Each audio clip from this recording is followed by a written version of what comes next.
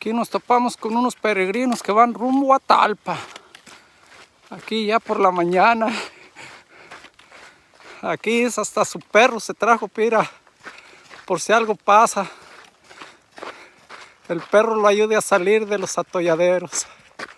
Ahí van, mire, los peregrinos haciendo senderismo esta mañana.